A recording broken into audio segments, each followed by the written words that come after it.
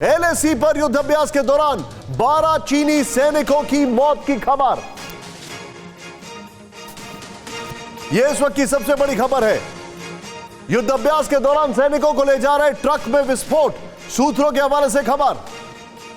अभ्यास के दौरान मिसाइल का मिसफायर होने की आशंका। एक्सरसाइज के दौरान चीनी सेना ने दागी दी मिसाइल। सीधे चलेंगे सुमित मेरे सहयोगी के पास। सुमित, क्या इंफॉर्मेशन है, बताइए जरा। देखिए निशांत, लगातार अपने कई डेप्थ एरियाज में खासतौर पे चीन जिस तरीके की एक्सरसाइज कर रहा है, एल्टीट्यूड एक्सरसाइज, उसी के दौरान ये बड़ा हादसा कहा जा रहा है कि चीन का जो ट्रक था जो पीएलए को लेकर जा रहा था वो पलट गया और उस व्हीकल की गिरने की वजह से 12 सोल्जर्स की मौत हो गई। लेकिन निशांत, ये हम सब जानते हैं कि चीन जिस तरीके के व्हीकल इस्तेमाल करता है, जिस तरीके के वो जिस टेरेन में इस्तेमाल करता है, बहुत सिक्योर होते हैं। तो कई इस पे आशंकाएं लगाई जा रही हैं। हालांकि ये भी मान लीजिए कि हाई एल्टीट्यूड वॉरफेयर्स में इस तरीके की जो चीज़ें हो रही हैं वो चीन की प्रिपरेशन और चीन के लगातार प्रोपोगेंडा की पोल भी खोल रही हैं, क्योंकि चीन दावे बहुत करता है कि उसके सोल्जर्स सुपर फिट है, उसके पास सुपर हाई एल्टीट्यूड व्हीकल्स हैं, लेकिन इस तरीके की चीज़ें दर्शा रही हैं कि चीन अनप्रिपेयर्ड है, सिर्फ और सिर्फ साइकोलॉजिकल ऑपरेशंस ज्यादा कर रहा है। निशांत, आप जो बता रहे हैं मैं सीधे चलूंगा यहां पर, जरा अपने दर्शकों को पूरी खबर बता दूं और बहुत तेजी से हम आगे बढ़ेंगे। सीधे जरा दिखाएं, आज काफी तेजी से हम आगे बढ़ेंगे खबरों को लेकर। चीनी मिसाइल सिस्टम की अगर बात की जाए तो चीन missile out of control. LAC पर युद्धाभ्यास के दौरान 12 से ज्यादा चीनी सैनिकों की मौत की खबर। नंबर 1, जूम इन करें राहुल इसको। युद्धाभ्यास के दौरान चीनी सैनिकों को ले जा रहे ट्रक में विस्फोट। फिर ट्रेनिंग के दौरान मिसाइल के मिसफायर होने की आशंका है। चीन एलएसी पर लगातार अपनी सेना को ट्रेनिंग दे रहा है और युद्धाभ्यास कर रहा है। मैं चाहूंगा सीधे इस ग्राफिक्स के साथ, शॉट्स के साथ सीधे चलें। हमारे खास मेहमानों को सबसे पहले दिखा दें। मेरे साथ इस वक्त जो आपकी स्क्रीन पर जो खास मेहमान है, यहां पर देखें आप, जनरल ध्रुव कटोच इस वक्त हमारे साथ है। सर, आपका स्वागत है। Thank you very much for joining us today.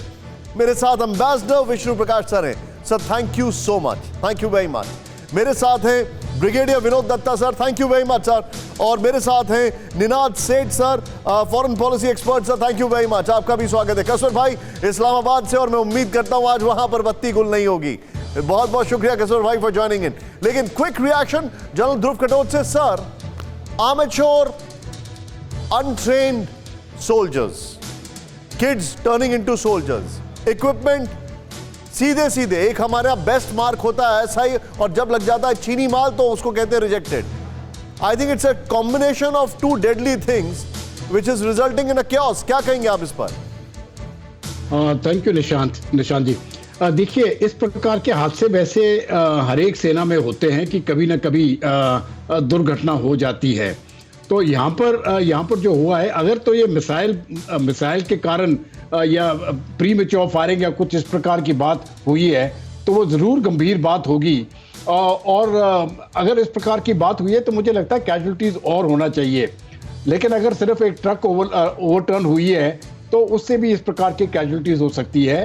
जहाँ तक चीन के जो एमिनेशन मैन्युफैक्चरर्स है और वेपन मैन्युफैक्चरर्स हैं, जिस प्रकार से उन्होंने ये सामान बाकी देशों के दिया है उसके क्वालिटी के ऊपर तो ज़रूर नज़र आई है, क्योंकि जैसे कि बांग्लादेश में दिया है तो उन्होंने क्वालिटी के ऊपर चिंता ज़रूर दिखाई है।